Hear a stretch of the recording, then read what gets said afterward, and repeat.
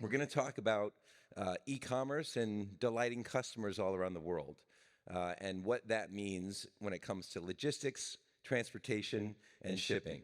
And whenever we talk to our clients about setting up supply chains or changing out carriers or setting up new distribution centers, we always focus on the customer, on the client. I remember one of our video testimonials on our website that we don't have any slides on here today, but we do have a nice testimonial video that we posted this year from Canyon Bikes.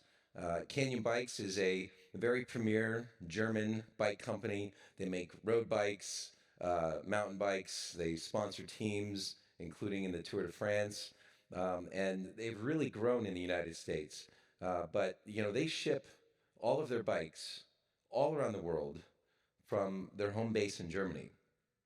But they knew that if they really wanted to take on Trek and Specialized here in the United States, they needed to have a solution that was here. So that's when they reached out to us to set up and spin off a warehouse that can help service U.S. customers with a fast delivery time, faster than what it would have been from Germany. And when they did that, we looked at where all their clients are, and obviously they skewed towards the West Coast. So we set up a site in Chino, California, in our facility, and ever since then we've really helped them launch in the U.S. Since 2017, and that speed. And I remember when the first tweet happened after we went live. And I printed it off, and it's still in my office, which was, wow, that was lightning fast.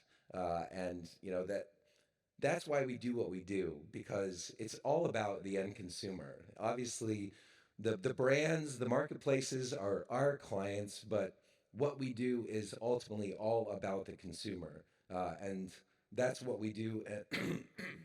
Sorry, that's why we do what we do every day, to delight customers. And we have that unique opportunity as a 3PL, as a freight forwarder, as a logistics company in e-commerce, because we become an extension of the brands that we serve, and we take that seriously. So when we see great customer reactions as a result of our logistics and supply chain solutions, that's really what delights us.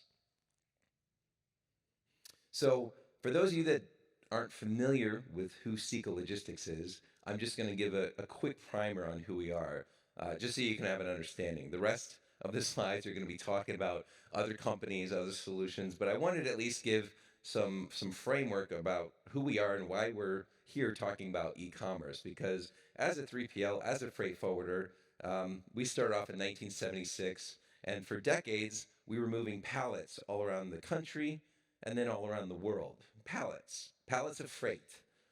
But around 2010, we started to get into parcel shipping. And it's simply because our clients that we were doing ocean and air transportation for started to ask us, hey, can you hold on to our inventory?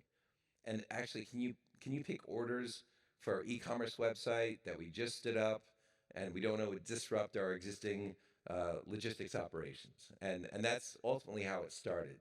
We started first in the UK, then in the US, then in China, Hong Kong, Australia, and it really exploded from there. So today we have 15 multi-user DCs all around the world. Today that includes Amsterdam, Paris, all the way down to even in Bangladesh. We just opened up Vietnam. We have 150 locations in over 60 countries, $2 billion in revenue, and 40% of our business is attributed to e-commerce. So this has really become a focus of ours, moving parcels, either fulfilling parcels from our facilities around the world or shipping parcels internationally to the tune of 7 million parcels a month that we ship all around the world. And we'll talk a little bit about how we do that in a little bit, but this has really changed our DNA, and it's really made us a better company, because when you're moving a parcel, it's like moving a perishable product. And there are companies that specialize in moving perishable items. In fact, we ourselves, we ship spiny lobster to all over the world. one of the biggest markets we ship to from the U.S. is China, especially around festivals and holidays. Spiny lobster, they have 36 hours when they're out of the water that they can survive. After 36 hours, the mortality rate increases significantly. And so we have to move fast when we ship spiny lobster from South Florida all the way to China. And that's a very delicate balancing act. But ultimately, shipping spiny lobster is like shipping parcels. Each parcel we treat as perishable because if it does not arrive in time, it can destroy the experience. It can destroy the customer experience. So that's why we take what we do so seriously. We treat every parcel as if it were perishable, especially international parcels, because they've already accepted the fact that they're going to wait longer than if they just gone down the street and bought an item. But ultimately, there's only two reasons why people buy cross-border e-commerce goods. Number one, they can't find what they're looking for in their home market, or number two, they can find what they're looking for in their home market, but they found it cheaper and maybe better quality on your website, and that's why they're ordering from you. And so there's a delivery promise that's expected that's going to take not a day, but you don't want to go beyond that delivery promise. Then the mortality rate for that customer acquisition cost goes up significantly. So that's why we take what we do very seriously. This, again, is just kind of a global network of where we are all around the world. And one thing we've learned, consumers are the same all around the world. It used to be 15 years ago, customers all around the world were accepting of the fact that they might have to write a check for the duties upon delivery of their items that they bought on an online store. That expectation is gone. The consumers all around the world have the same demands, the same expectations.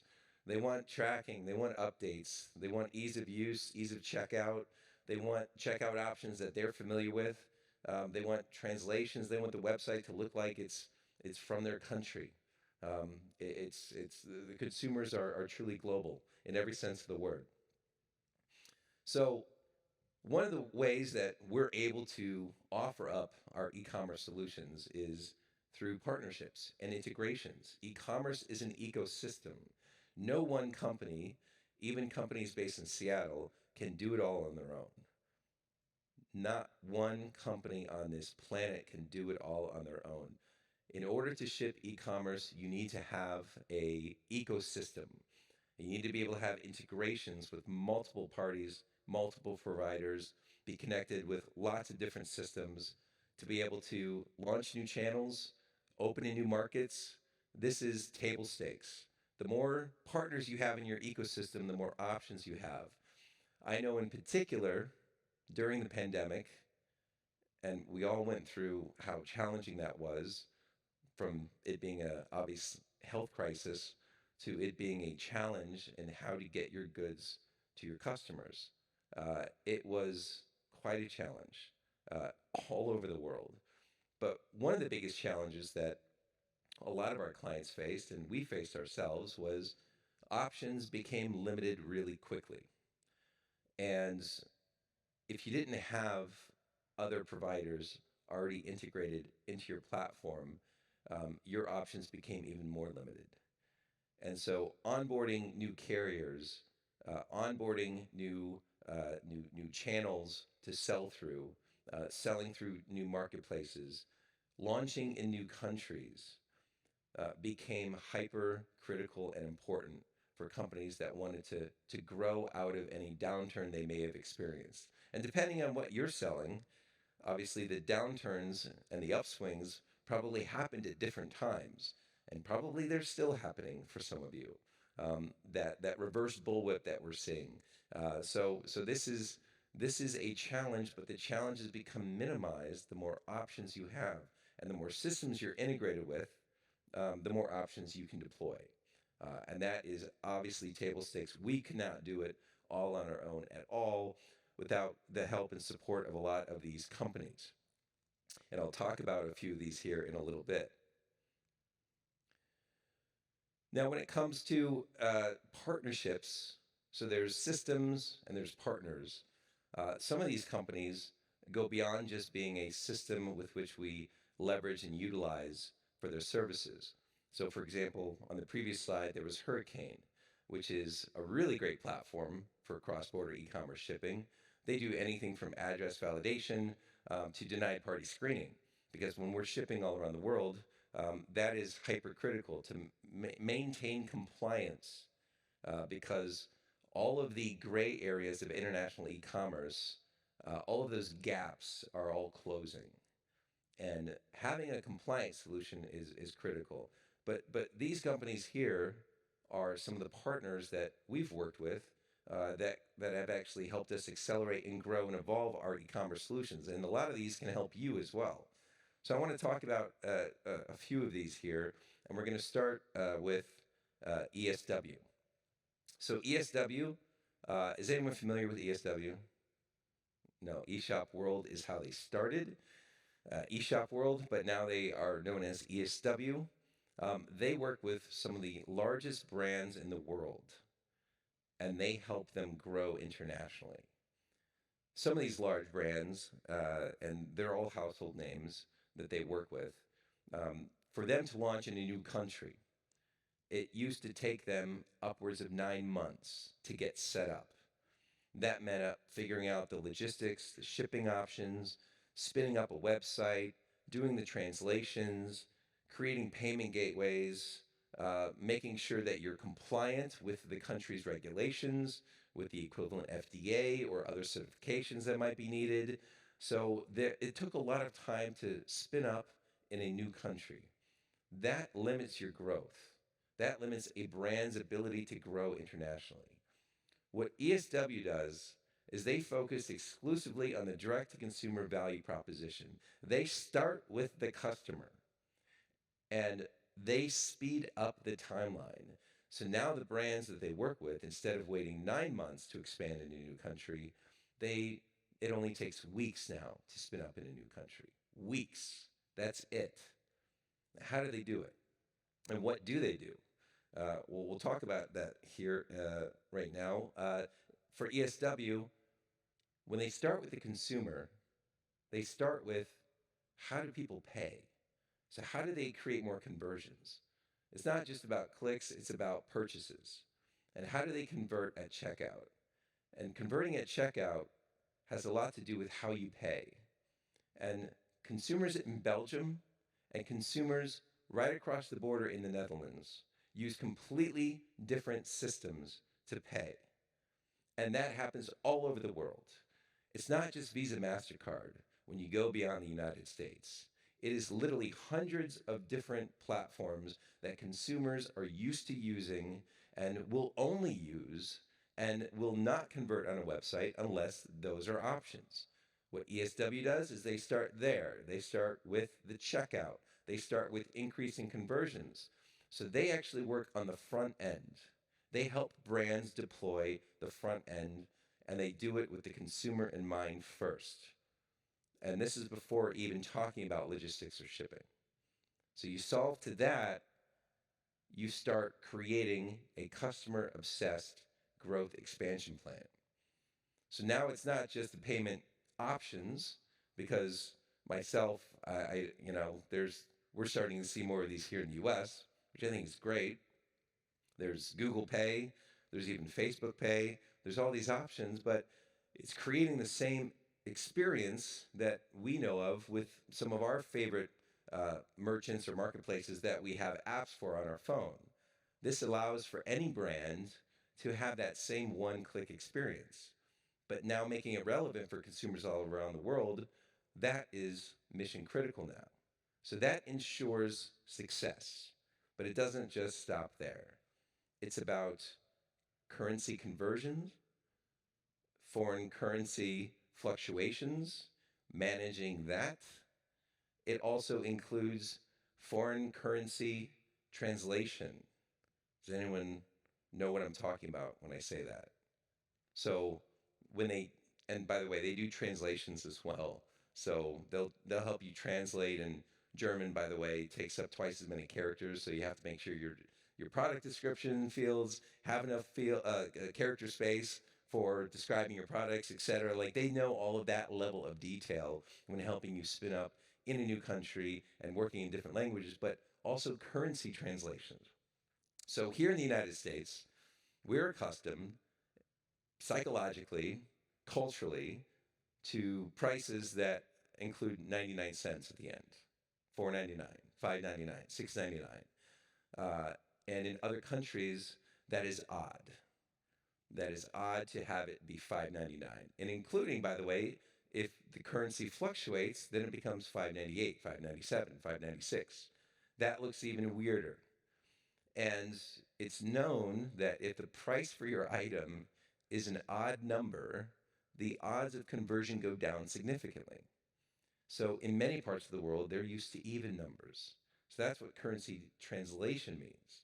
So not only are they converting the currency, they're rounding it to the most appropriate cultural equivalent in the countries.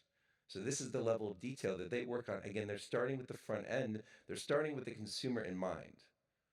And they also do lots of other things, including compliance vetting. They help brands with everything on the front end.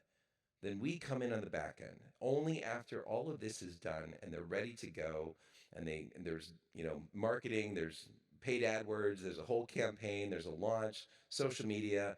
Great. Now you can start shipping into that country. And in some cases, you could actually start fulfilling and setting up inventory closer to that region or country and actually fulfilling orders faster.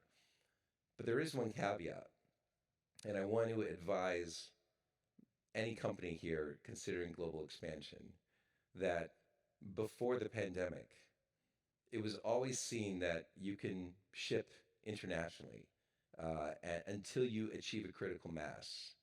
And then you would consider putting your inventory closer to your customers to help you grow even faster.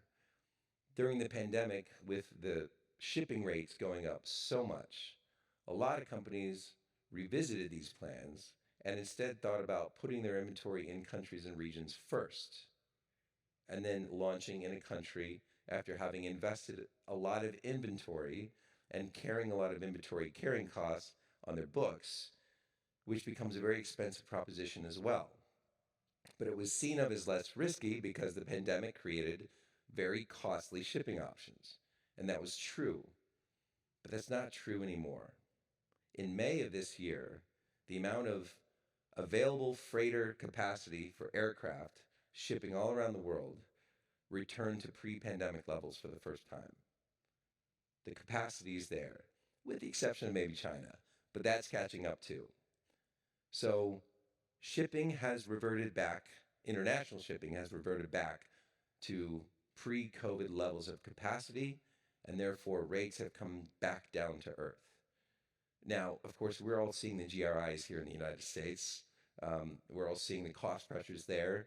There are still cost pressures. I'm not saying that it's at a discount, but it's not like it was. And so I just advise companies as they're thinking about expanding globally to make sure that when you do that toe in the water, you do it in a way that is not going to put a lot of capex up front and overburden any growth expectations that you might have. Because shipping from the facility you already have, whether it's your own or your 3PL, into new countries is reverted back to be still the safest play. So that's just a key call out there. Kala is another great example of a company that's helping customers not only expand globally, but Kala is a platform for fashion apparel brands in particular. And they're helping to solve the painstaking process of developing and launching new SKUs, which has been one of the brightest spots of this year. Because I think we can all agree that the past 3 years have been crazy, but they've been crazy for different reasons. And this year was a different kind of crazy. We saw demands all around the world for all kinds of commodities go down. We saw inventory levels go up all over the world. And so freight flows really slowed down. Demand slowed down. It didn't go down to below pre-COVID levels. It's just reverting back to the pre-COVID trend lines, which was absolutely expected, but to have it happen all at once to multiple different commodities as consumers shifted their spending to going to concerts and going on vacation when previously they were renovating their homes and replacing their appliances and furniture, created a very challenging year for a lot of us this year. Not to mention high interest rates, potential for a global downturn, economic concerns, lots of uncertainty, different uncertainty from the prior 2 years, but certainly still challenging for a lot of us. But one of the brightest spots of this year from a lot of our clients and probably from a lot of you is new product development, launching new products. Launching new products drives new sales, drives growth, gets consumers excited. And that's what we're seeing. We're seeing growth again. We're seeing momentum going into next year. And a lot of it is being driven by new products, but the launching new products, especially in fashion apparel, can be a very challenging, cumbersome process. What Kala does is they automate that process for brands, and they help brands find new sourcing countries. Because we've all learned that there's a little bit too much risk in global supply chains for a lot of us to stomach. And a lot of companies are de-risking their supply chain by not single sourcing from one country anymore. So this is absolutely true in the case. And for a lot of fashion apparel brands, can be very costly and time consuming so that they're not focusing on their customer when they're actually traveling around the world and visiting with factories and trying to set up new sourcing partners. Kala automates all of that for our clients, for our brands. And they even use AI to help render images and visuals to prevent the need to ship prototypes back and forth all around the world, which can not only reduce cost, but it can reduce wasteful shipping and greenhouse gas emissions. So there's great technology that brands can actually deploy to help them on the back end so that you can focus on delighting your customers, because that's where you should be spending most of your time, and working with providers and partners that can help you de-risk and automate the more manual, cumbersome processes that you might have internally. So I'm going to talk about some other companies that we use, and I think some of you should use as well, that maybe you haven't heard of before. And some of these companies we could not have gotten through the pandemic without. And that one is, I just got to call out ACI. ACI is probably a company most of you have never heard of. ACI started off years ago, and you wouldn't know that this company, but if you lived in a city in the United States and you had a newspaper subscription, this company probably owned those routes and delivered newspapers. And in many cities like New York, they have relationships with the doormen and building keys so that they can get into apartment buildings. And we onboarded them as a last mile carrier during the pandemic when a lot of our carriers were capping us because they couldn't take on any more volume. And we were able to service our customers and delight our customers with optionality because we had a new partner in ACI. SpeedX is another new one that's recently started, and they're growing as well. Roadie started years ago and was acquired by UPS, but UPS are leaving them alone. And similar to Axle Hire on the top right, these are companies that are leveraging private fleets of personal vehicles, similar to Uber or Lyft, to make deliveries. And a lot of big brands are using these to offer same-day delivery from the store. Talk about optionality.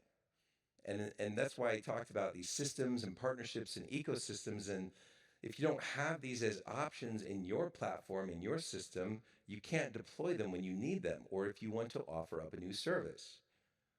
So this is why I talk about the ecosystem, because no one company can do it all on their own. And it's no longer the case that a company needs to use brown or purple and that's it, and have a 3-year contract. Those days are gone. Those days are long gone. You're better serving your customers by having optionality.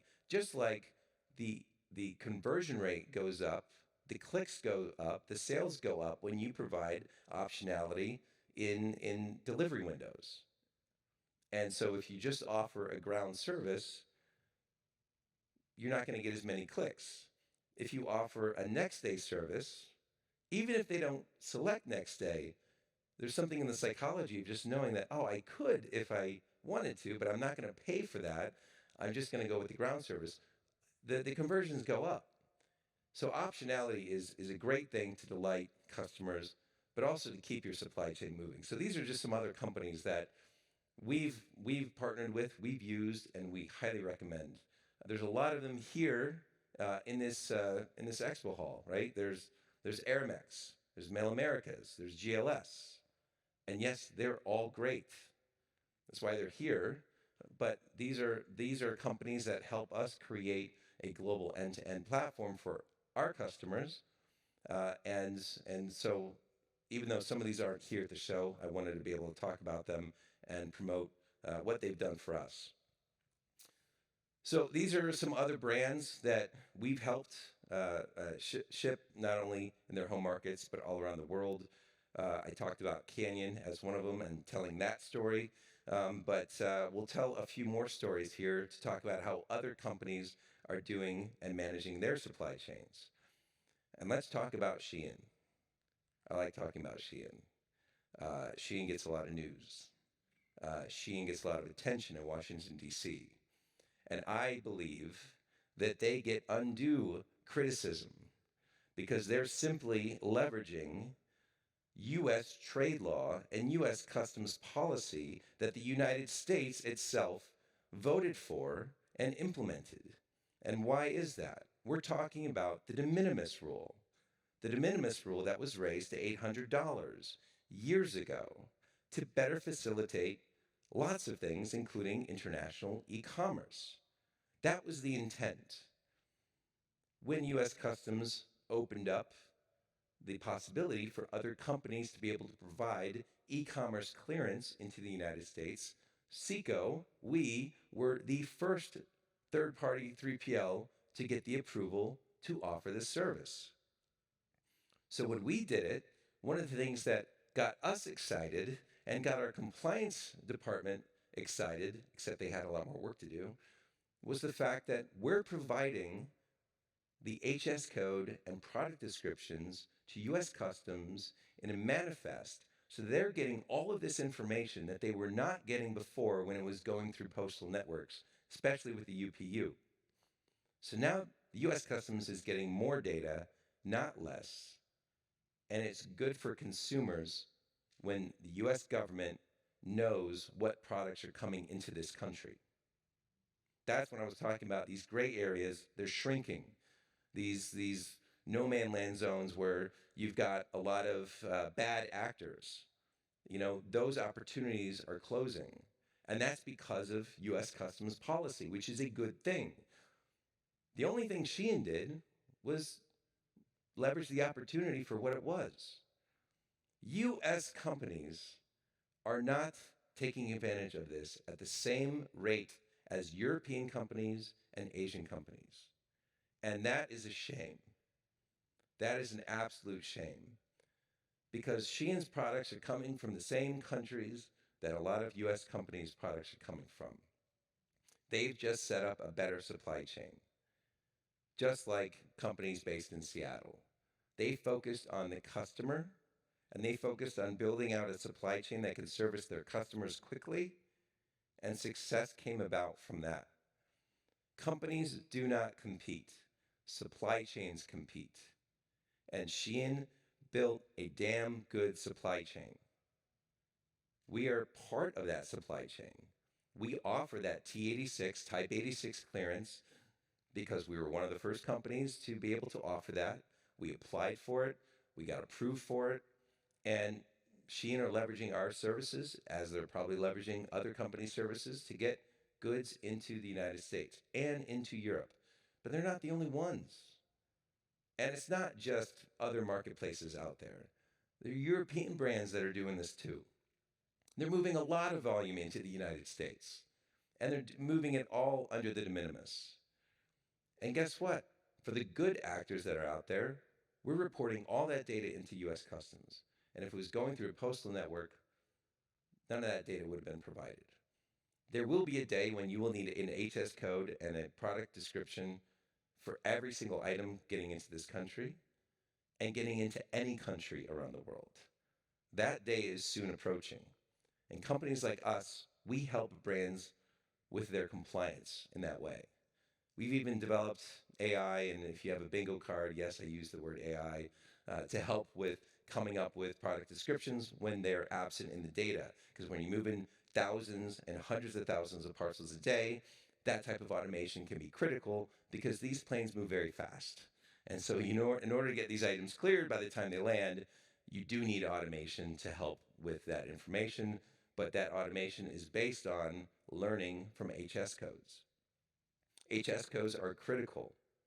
They're absolutely critical for US Customs to know what goods are coming into the United States. But there's absolutely no reason a US company can't do the very same thing, especially if your product is coming from China or Hong Kong or Vietnam or Europe. You can do the same thing and you can offer the same service. Now, if you want to have a warehouse in the United States to be able to fulfill orders in 2 days, absolutely, that can be a value prop, and that's very difficult to do from Hong Kong, very difficult to do from London. But they can do it in 4 days, and now they're not paying 25% duties, and maybe they're getting more conversions and clicks because their price point is now a little bit lower. And consumers are willing to wait. The behavior of consumers, including all of us, has changed significantly all over the past 3 years. I remember when we were just happy to find toilet paper or, these alcohol wipes, right? Like, we were happy if we got an item in 2 weeks. We were happy if we ordered a sofa if it came that year. So now our expectations have changed, and we get this question a lot. Are consumers willing to pay for fast shipping? Absolutely they are. There's no reason why you have to compete with the biggest marketplaces out there. Because if you try to compete with them on their game, they're going to win every time. So you can offer optionality, you can offer different levels of service, you can still delight customers, because at the end of the day, consumers really only care about the promise. And if you say it'll be 4 days, make sure it's 4 days. If you say it's going to be 7 to 10 days, make sure it's 7 to 10 days. If you say it's going to be next day, it better be next day. That's the most critical threshold. And yes, you can subsidize some of the express shipping, but consumers are absolutely willing to pay if they need it now. So again, going back to Shein, they rapidly implemented T86 to help them accelerate their growth during the pandemic.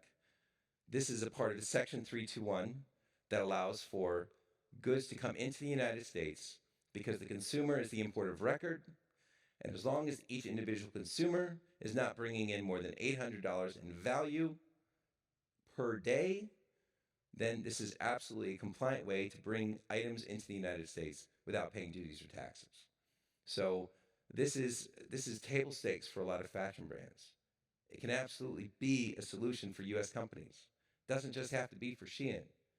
They are just leveraging U.S. Customs trade policy that you yourselves can also leverage and benefit from.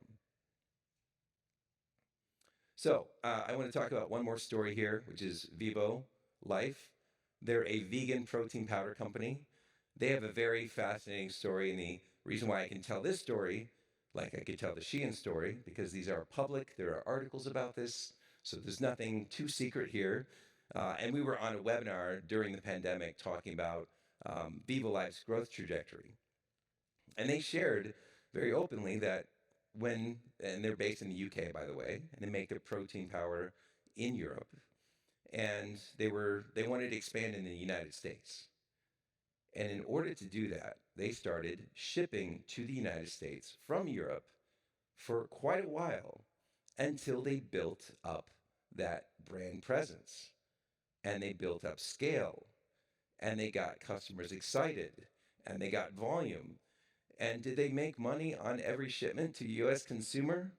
Probably not, because they wanted to build scale and they wanted to invest in the market. But then when they hit that scale, that's when they shifted the inventory to the United States and to our fulfillment house in Chicago. And now they can reach their customers even faster. But they use cross-border shipping to get there. So it wasn't a costly venture for them. They did this right before the pandemic. So the timing was very good. But that's why I mentioned the story about if you want to expand internationally, use cross-border shipping first. It's still a good option. It's a good option again. Prices have come back down to earth. And this can be a great way for brands to expand globally. And even better if you can use ESW. By the way, Global E is the option or alternative to ESW if you are on Shopify. But if you're not on Shopify, you can use ESW. Thought I'd make clarity on that one. So Vivo, they helped expand globally. They focused on the US market, but before they moved their inventory here, they wanted to ship cross-border from Europe. They achieved critical mass, and now they're a very successful brand, growing significantly in the United States, and pretty relevant for this conference because they didn't realize how vegetarian and vegan the food was going to be until we got here. But man, you couldn't tell for those of us that eat meat. But this is a nice vegan protein powder for those of you that are interested. One of the things that, by the way, that I really like about Viva Life is how much they care about sustainability, and they really mean it. They really mean it. So we're not just shipping and fulfilling for them. We're providing carbon emissions data for them because this is table stakes as part of their value prop. And this is just the last thing I'm going to close on in this session, that delighting customers can mean making good on your delivery promise, but it can also be about who you are as a company. Why do they buy from you? And purpose-driven marketing is really just purpose-driven companies. And we feel like we're on a journey ourselves to get there. And one of the ways that we feel we can add value for our clients is to be able to do just that. Provide carbon emissions data, global greenhouse gas emissions data to our clients to help them on their journeys and their paths to decarbonize. Because this is something that's very real, something that we take very seriously because we do fly a lot of goods all around the world. And on most of those flights, not all of them, but on most of them, they're running on fossil fuels. Now, it is true that if we use a 747, it can be up to 10 times as greenhouse gas emitting and polluting than a new 787 Dreamliner. So the planes that are flying now are getting better. They're getting more fuel efficient. They're getting cleaner. But it's still adding a lot of greenhouse gas emissions to this planet that we can no longer afford. And so we take this seriously. Sustainable aviation fuel is something that is going to solve for that. There is going to be a day when planes flying around the world are no longer going to be relying on fossil fuels. And the sooner that day comes, the better we will all be. And companies like ourselves, we're on a journey and on a path to purchasing more of this sustainable aviation fuel from our airline partners. We've started with Air France KLM, also Cargolux, and United Airlines are the big leaders here in the United States. They've even got Oscar the Grouch to be their spokesperson, which I think is genius. But we're only getting started. And so one of the things that I just implore all of you, if it's something you care about, please demand this of your carriers and your 3PLs, because that's what's helping us make these decisions quicker, because we know it's the right thing to do for our children and our grandchildren, but it makes it a hell of a lot easier in the boardrooms when we talk about our top 10 clients that are demanding this as well. So thank you, everyone. Delighting customers is more than just the delivery promise. It's about purpose-driven companies that are doing good.